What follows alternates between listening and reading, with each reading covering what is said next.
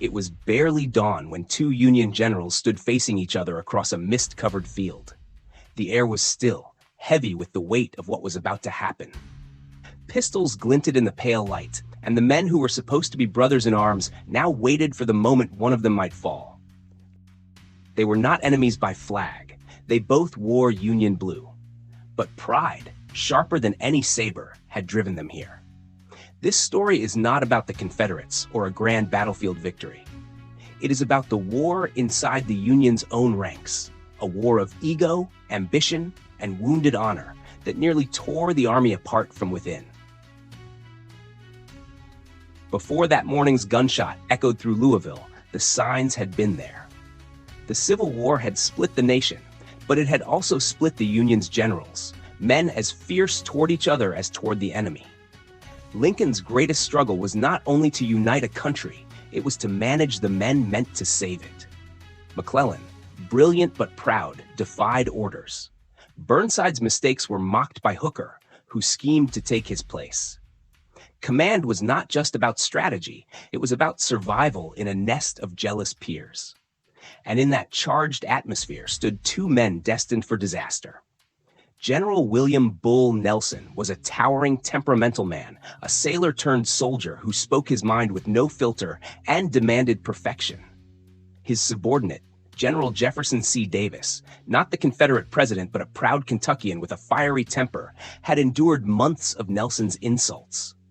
Nelson had mocked him publicly, belittled him before other officers, even relieved him of duty. For Davis, whose entire sense of worth rested on respect, it was unbearable. In that world, a man's honor was his armor, and Nelson had ripped it away. September 29, 1862. The Galt House Hotel, Louisville. The Union command was gathering to plan defense against Confederate advances. Nelson entered the lobby, confident as always. Davis saw him, stepped forward, and demanded an apology. Witnesses say Nelson turned on him and shouted, calling him a scoundrel. Then, in full view of everyone, Nelson struck Davis across the face with his open hand. In that instant, silence swallowed the room. Davis's pride had been shattered for the last time. He walked away without a word. Minutes later, he returned with a borrowed pistol. A single shot rang through the hotel corridor. Nelson staggered back, a look of disbelief on his face. He touched his chest and whispered, "I am killed." And just like that, one Union general had killed another, not in battle but in rage. The shock rippled through the army. Officers stared in disbelief. The Confederates were not the ones threatening the Union that morning. It was the Union threatening itself. Word reached Washington within hours. Lincoln, already crushed by battlefield losses and political division, now faced the unthinkable: murder within his command. His reaction was quiet but heavy. He reportedly said, "I can fight the enemy in front of me. It is the ones behind my lines who exhaust me." General Davis was arrested but never truly punished. The war's needs outweighed justice. Within months, he was quietly restored to command. To some, it was proof that in war, power forgives the unforgivable. But the lesson of Louisville lingered.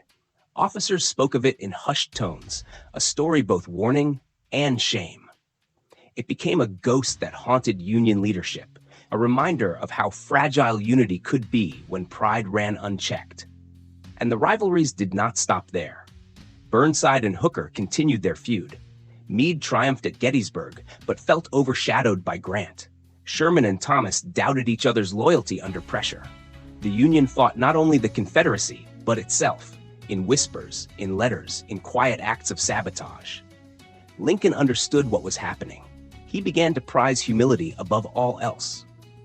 Grant became his ideal, silent, loyal, focused on results.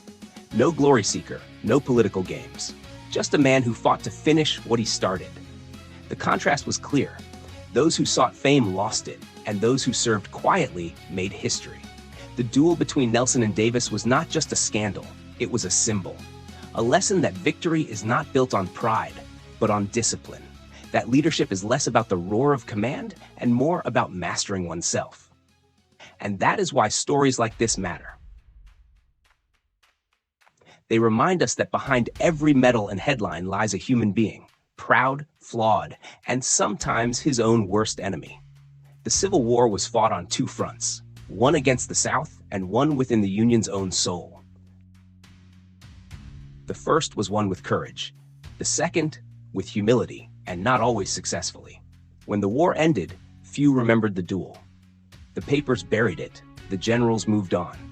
But among those who knew, it remained a quiet truth. That morning in Louisville revealed a deeper wound. The danger of pride when duty demands restraint. Because in every war, in every era, the hardest enemy to face is not always across the field. Sometimes it is the one standing right beside you, and sometimes it is the one within. So as you think of the great generals of the Civil War, remember this: the day when Union generals turned on each other, and how that single act of ego nearly changed the course of history. Stories like this keep the past alive, not through dates, but through the humanity behind them. And if you want to uncover more of those hidden human stories, stay with us. Because the untold wars are often the ones that reveal the most.